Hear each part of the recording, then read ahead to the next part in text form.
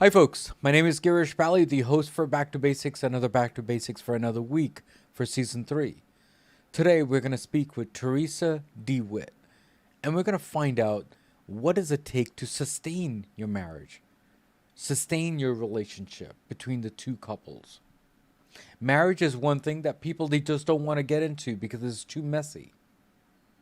Now, we don't know if it is a right thing or a wrong thing. That's up to you to decide. But what we can tell you is how to make it simple, how to make it basic when it comes to marriage and your love life or just life in general. Now, there are some few phrases that we're going to be mentioning here: quit quietly or quiet quitting. And the other is gray divorce. Now, these are the phrases that we've been hearing for many years. But what does it actually mean? And what does it mean to fix it? And that's what we're going to talk about this episode. And we're going to speak with Theresa about this whole thing. So let's find out who Theresa is, what she's all about, why is she all about, and let's chit chat with her. So I'll see you there.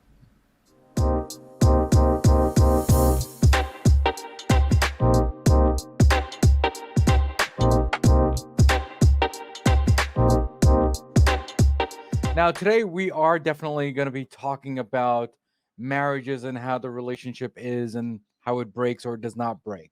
That's up to you to decide. But today I have a guest and we're going to have a great time with her and let's talk to her. Why don't we get to know her better? And her name is Theresa. So, Theresa, how are you? And thanks for coming to Back to Basics.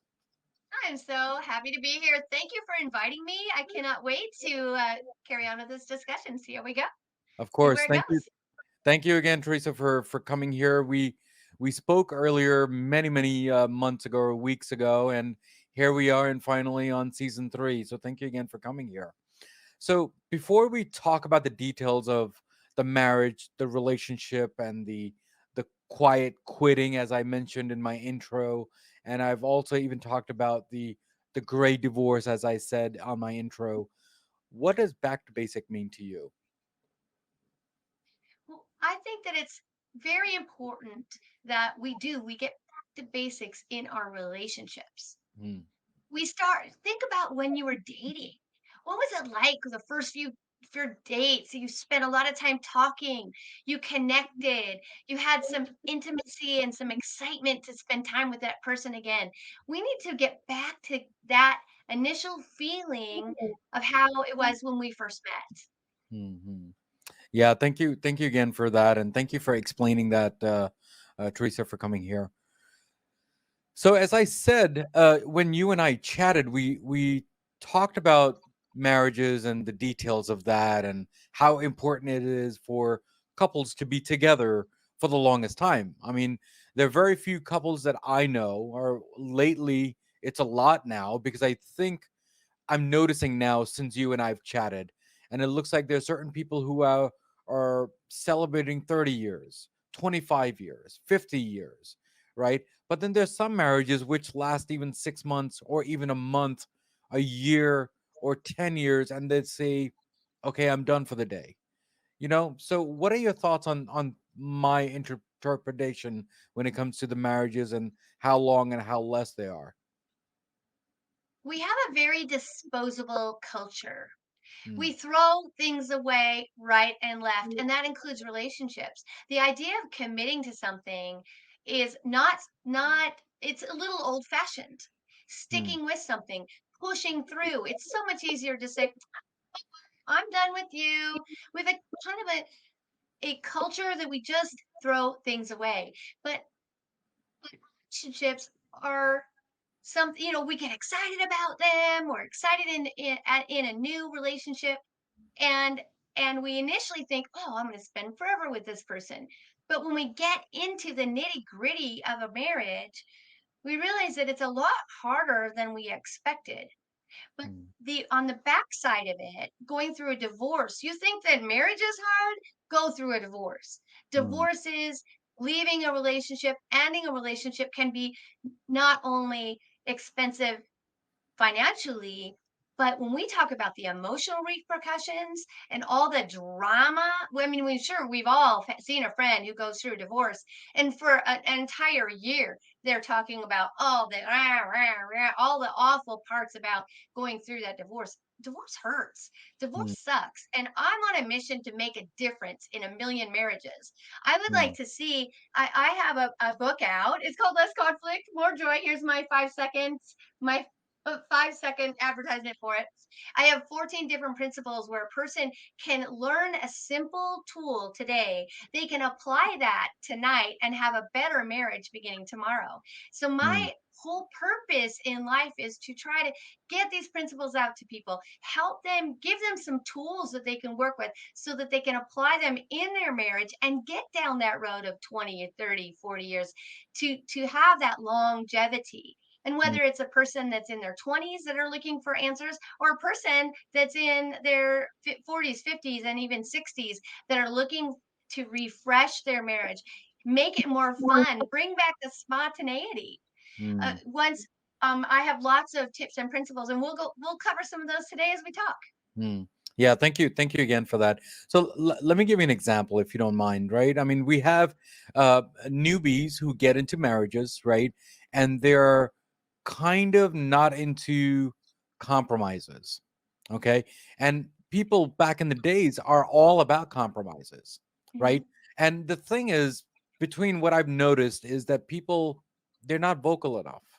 They don't understand that what are my needs and wants versus the newbies, they know what their needs and wants are. They're not really scared of anyone. And if they are repercussions, like, fire back saying, okay, I'm done for the day. I think it's easier now than versus what it was before. What are your thoughts on that part?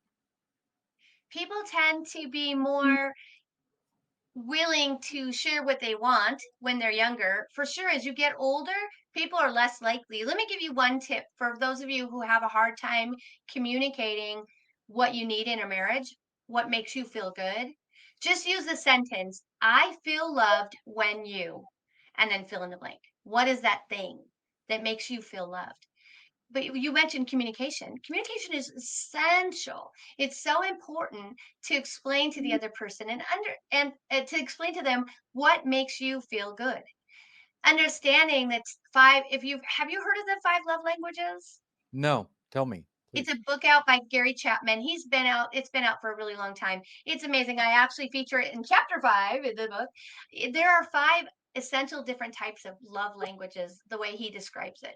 One of them is acts of service and giving gifts, words of affirmation, letting the other person know that you feel, wow, thanks so much for doing that. Hmm, Another thing is, let me think about the 5 of them.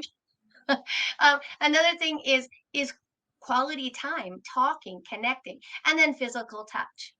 Now, each person, we're all individual in the way that we like to be loved, and we tend to give love in the way that we want to receive it. hmm, But to have longevity in your marriage, you need to understand your partner's love language and learn to love them in their language. Can hmm. I give you an example? Sure, please, if you don't mind. Yeah. So for me, I'm a real acts of service person. I do, and I love to get words of affirmation back. Like, hey, thanks so much for doing that. Really appreciate. And then I feel loved when my husband gets involved in the things that I'm doing. All right. So those are my things, affirmation and acts of service. But my Hmm, husband, on the other hand, his is quality time. He loves to sit down and talk about some things that he's thinking, things that he's heard, just to hmm, talk through. And me, I'm always so busy doing that I hmm, sometimes don't stop to listen. hmm, hmm, And for my husband to feel loved, I need to remember that I need to stop and listen and spend some quality time with him. hmm, Another part of his love language is physical touch. hmm, And that isn't just sex. It's not just the intimacy part of our marriage, but it's like maybe it's a back rub or it's a long hug or those kind of things make him feel loved. Now, that long hug makes me feel loved too. So, here, let me give you one more tip. If you are lacking intimacy in your relationship, if things have kind of settled down to just being roommates, give that person just every day this week, give that person a long 10-second hug. Just grab him or grab her and dig in, like listen to the heartbeat.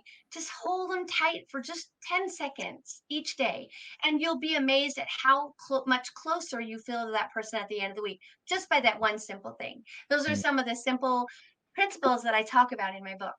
Yeah, yeah. Thank you, So, thank you. so But no, no, go yeah, ahead. understanding love languages is super important.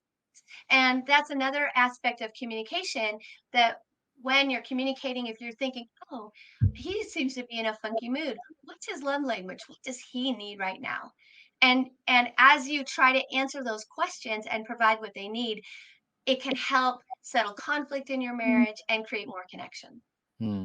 Thank you. Thank you again for that. And thank you for explaining all that because it does make a big difference, doesn't it? I mean, even small things makes a big difference. Now, let me ask you this, right? If you're not saying I love you every other day or every other couple of hours, right? And you're busy throughout the day because you do get busy. I mean, you get busy from that 8 hours, and if anyone have kids, really get busy, right? So, do you do you think doing for your spouse and doing for your love mate is as equal as saying that I love you? Again, it kind of goes back to those love languages. What is that person? How are they wired? What do they need? Well, I look at my husband in particular. I see that he has three kind of basic needs. Number one, for him, now again, this is applying to both men and women, but for my husband, he needs that physical intimacy. We Mm, need to have sex on kind of on a regular basis, and that he feels better when we do, and it's better for me too. We connect. It's a wonderful thing. That's beautiful thing about relationships, right?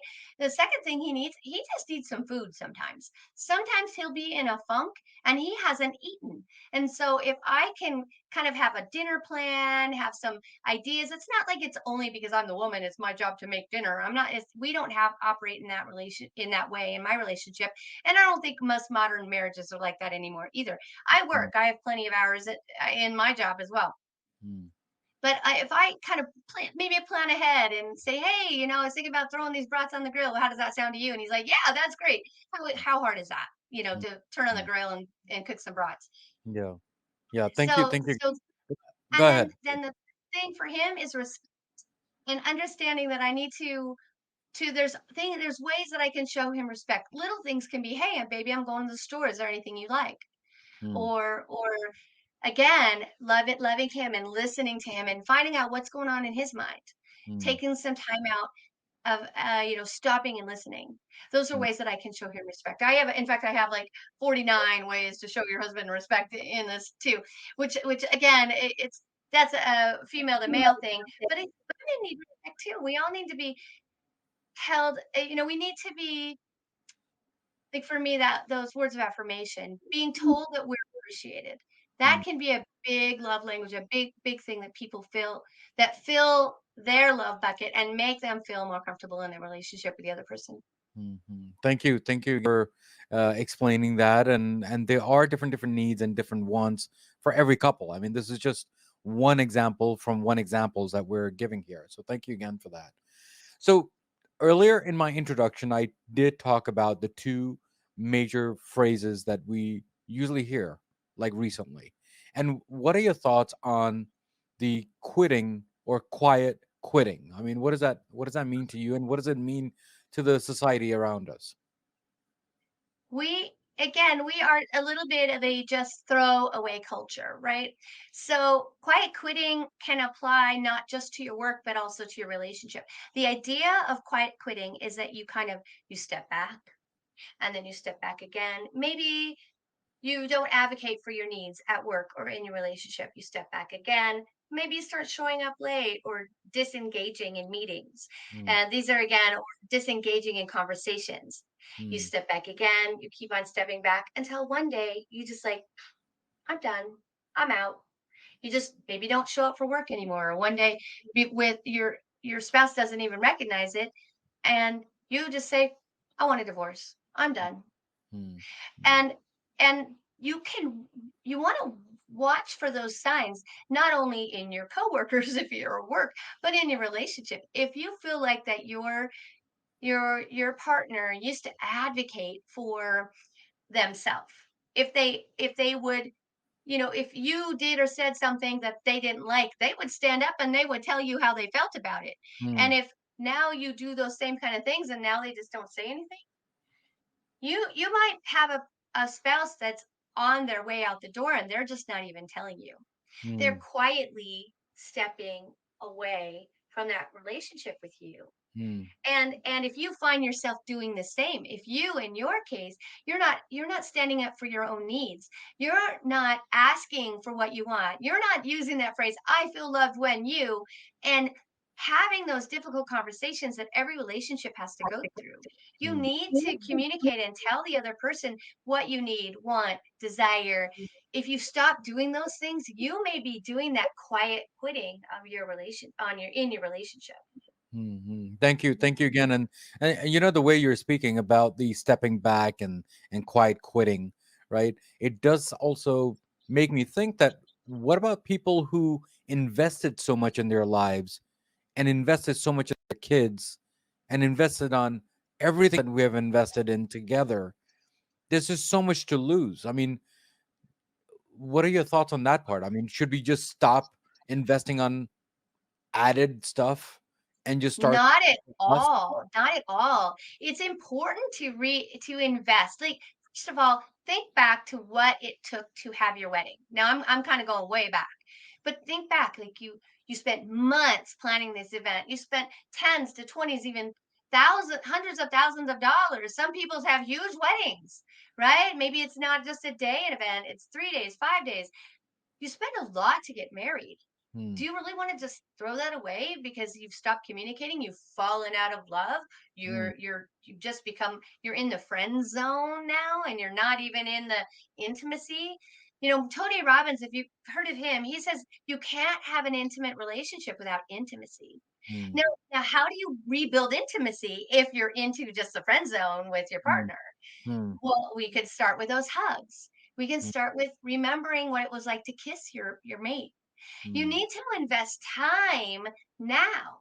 I absolutely recommend that couples have date nights. I was just thinking about that today hmm, with my husband. I do recommend that you actually map out date nights for, say, the next 6 weeks. hmm, What are things you want to do over the next 6 weeks, once a week, to go do something fun with your partner?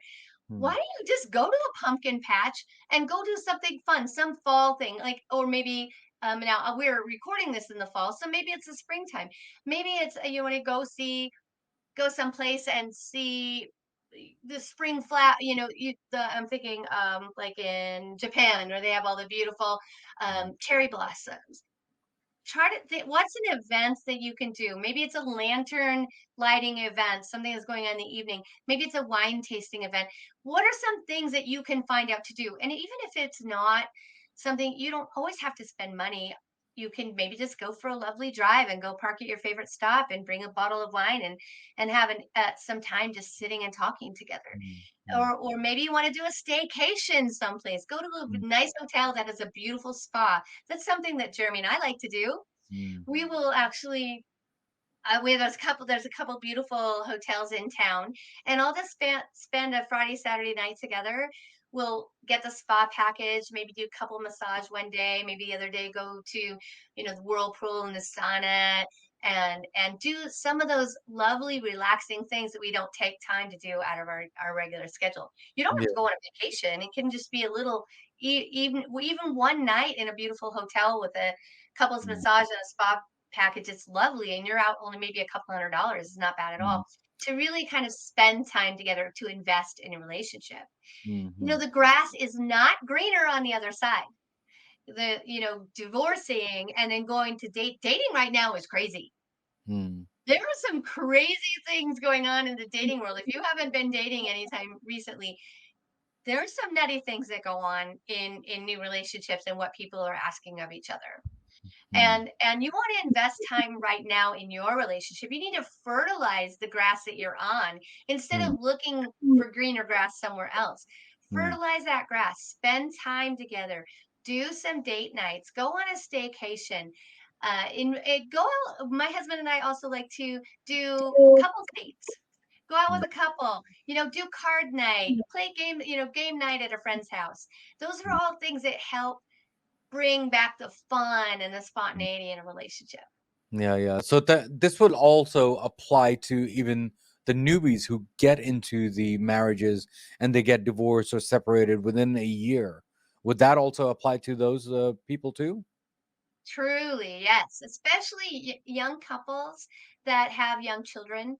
It is it's very hard. Now, my kids are all in their 20s. One of Mm, mine, I have one grandson, and they need to spend time. Those couples need even more so, I think, than anybody else to have those date nights or those date days.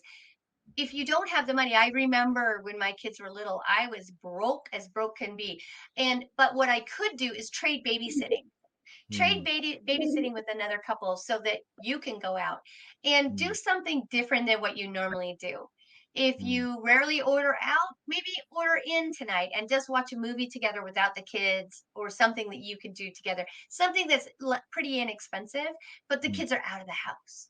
They're mm, with mm, somebody else. mm, Or if you can get somebody to watch your kids, maybe you do go do that drive. And if you don't drink, just get, I don't know, some drink that you like and sit, or maybe have them make a little picnic that you mm, can take out and spend an afternoon together. So mm, there's so many different things that you could do on a date night, but it's so essential that you remember the things that you did while you were dating and try to repeat those things. If you mm, love to go for hikes, then go for a hike. Do mm. some of the things that you used to do together. Thank you again for explaining that, and I totally agree with that because I mean that's what we do too. So thank you again for explaining what we all do between you and I. So when it comes to gray divorce, can you explain that? Because I think I got the idea of what gray divorce is, and I've read about it, and I've listened to other people what that means. But what does it mean to you? And can you explain that if you don't mind? Right. Gray divorce is definitely a trending topic right now. It is folks that they're in their 50s, maybe even their 60s. They're gray. So that's the idea. I'm gray. It's just hiding. 58 years old, so I've definitely got some gray hairs. But it's folks that just, again, they kind of quite quit. They just give up. They just say, "Oh, we raised the kids, we did all that. We're just roommates. We don't have any connection anymore. We've fallen out of love." We've all heard those terms thrown around. Mm, Those are folks that are in their 50s and 60s and decide, "Oh, I'm done now. I'm out." But mm, then it's complicated. Gray divorce is even more complicated than divorce for younger people, because mm, usually people that are in their 50s and 60s, they have stuff they got to split up. They got mm, to figure out, and it's always a complication of who's going to have the kids for the holidays. And you, I would say one thing toward gray divorce. If you, Grish, you and I, we're probably very similar. We work a lot of hours. mm. And we have to commit not only to our work, but to our relationship. That's right. And we have to schedule time with our partners Mm, so that we don't find ourselves in that gray divorce department. We're working to build a future for ourselves, for our family. But if we don't invest that time in our relationship, our partner might just say, well, they just don't prioritize me. All they want to do is work. All they want to do is mm, be on their podcast or whatever it is. And we need to make sure that we are remembering to fill the love bucket of our partner so that we don't end up in that gray divorce category. mm, It's something that's very commonplace. It's more and more we're finding that people, again, they're not wanting to invest in the longevity of their relationship, mm. and so they just decide to quit. They're just done at in their 50s and 60s, even Yeah. 70s. Mm. Yeah, thank you again, Teresa, for explaining that. And I totally agree with what you're saying because that is kind of the crucial time, isn't it? I mean, you have kids that you have to decide that where they're going to go. Are they going to go there on this weekend or the next weekend and the holidays and the divisions between the two families or the separated families? Because that's just how it is. So, thank you that for explaining that. Now, on season 3 we started a new segment and is a rapid fire segment. So I'm going to go and ask you certain words or certain sentences, And I want to find out from you, what are your thoughts on those words? Sure, go. One, Okay. two, three, go. Okay, so the first word is going to be commit. Committed. That okay, I've got to make sure I'm going in the right direction. A person needs to put in their heart that they want to be committed. You need to have the mindset that you are going down that long road together. And when you have the mindset that you're going to be married until you're old and gray, it's a lot easier to stay committed and to commit to your relationship. Mhm. The next one is going to be need versus want. Sometimes we have to put our own needs ahead of the things that we want. Mm, I believe that you have to kind of it's very karmic, our relationships. The more that we give, the more that we get. When it's all about what I want, what I need, when all we think about is me, me, me, me, me, it gets to be very selfish. But mm, when we love first, when we give first, we find that we get more from the other person. When we mm, work to meet their needs first, we get our needs are met more easily. mhm. Yeah, thank you again for that. The next one is going to be I feel love when you. That's my favorite phrase. I feel loved when you fill in the blank. It is the easiest way. I was coaching with a friend of mine. Now, this friend of mine, 58 years old, Mm, almost 50, actually maybe 59. So we're talking gray divorce. And actually he's gray. And he was finding that he had a certain need of wanting to be greeted at the door with his wife. Like he works long days, his wife, and he does that so she doesn't have to work. She has some physical issues. But mm, all he would like to do is have her not be distracted when he gets home, but spend a little time with her. mm, And he was feeling very underappreciated with the mm, work that he was doing in order to be able to have her be able to stay home mhm, and or stay home more. She only works a part-time schedule. mhm. Yeah. And I told him that phrase, "I feel loved when you," and just fill in the blank. Tell her what you want. I know her. She is going to give you what you want. You just have to let her know. That is Mm, the best phrase to help get what you need in a relationship. mm. The next one is going to be communication. Communicate, communicate, communicate, communicate, and keep on communicating. Don't give up. Have those conversations. And the best way to communicate, the best way to keep a conversation going is ask good questions. Mm, So you want to just let me give you expand a little bit on that. You're not saying, "Hey baby, did you have a good day?" which is a yes or a no question. The better question is, "Hey sweetie, tell me about your day." mm, And then when they tell you, like this happened to me the other night in our relationship. My husband had come home. He was very tired. He was just weary. He's a plumber and he does really hard labor some days. And I could just tell he was exhausted. So I asked him, "Hey baby, tell me about your day." And he gave me a 1, 2 sentence answer. Yeah, a little better than I expected, but went a little better than I expected. mm, So the next question is, will you tell me more? And then mm, ask it again. Tell me a little bit more and help that person talk. If you have a person that tends to stay in their shell, and the other thing I would say to that, and I know I'm kind of messing up on your rapid fire, but I'm asking answering one question. Put your phone down. mm, Put it down. When you are having that opportunity to communicate with your partner, mm, put your phones down.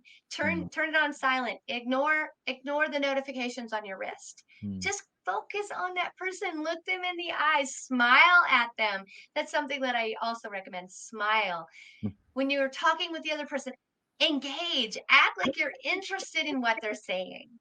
mm. Yeah, thank you again for that. So it's basically speaking and listening also at the same time, and that's very important too. The next one is going to be love languages. Then number 5, find out what your love languages are, or and also find out what your partner's love languages are, and then love the person in their love language and say, "I feel loved when you," in your love language. So you Mm, help them understand. You can go to 5lovelanguages.com, or you can, in my book, chapter 5, I talk about that too. I have permission from Gary Chapman, from the publisher, to go ahead and add that in my book.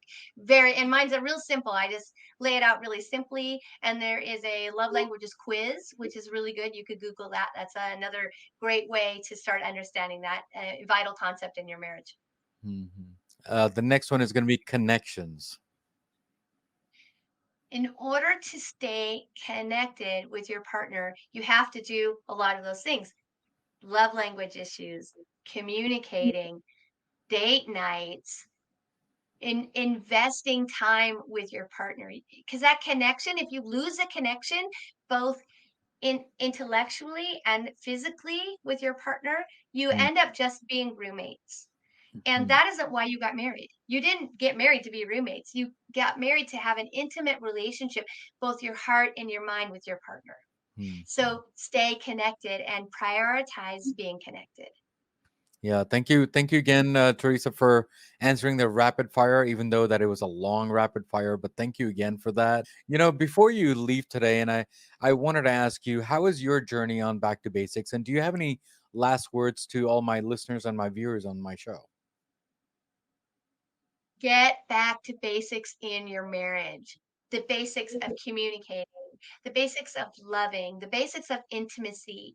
And if you need more information on that, please check out my book, Less Conflict, More Joy. And I'm going to give you 14 different principles that you can learn today, apply tonight, and start having a better marriage tomorrow. Hmm. Yeah, thank you again, Teresa, for coming on the show. And I think I'm gonna grab that book also from you, Thank and we're you. gonna, and we're gonna just connect it on that. And thank you again for coming to Back to Basics. And here's a quote also, and then we'll get into that too towards the end of it. But Teresa, thank you again for coming on the show. I'm so glad to be here with you today and appreciate the invitation. I am excited. If there's anybody who has any questions or wants to get in touch with me, you can get a hold of me at joyfullymarried.com.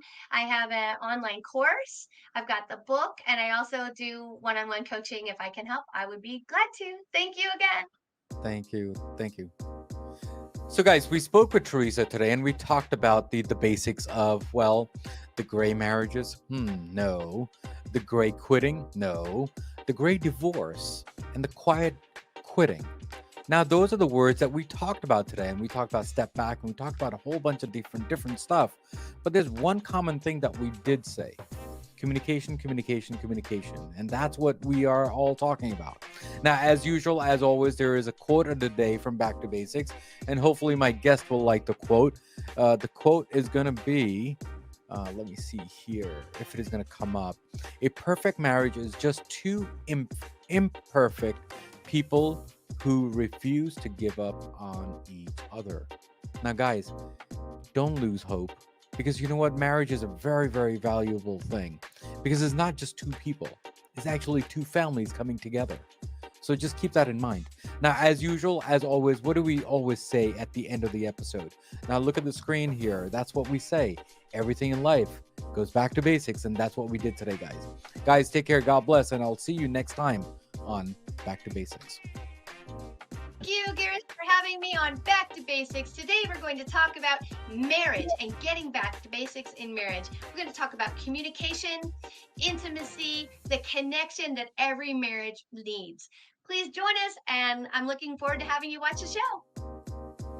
Hi, guys. Thank you again for tuning in to Back to Basics and listening to the excellent episode that we had today with our guest.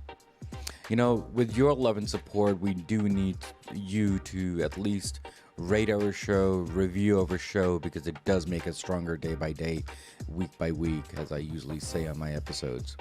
And there are three things in this episode that it makes a hit for me, which is the content, the guest, and definitely the host. So, guys, take care, God bless, and remember, everything in life goes back to basics, and that's what we did today, guys. Guys, take care, God bless, and see you next time on Back to Basics.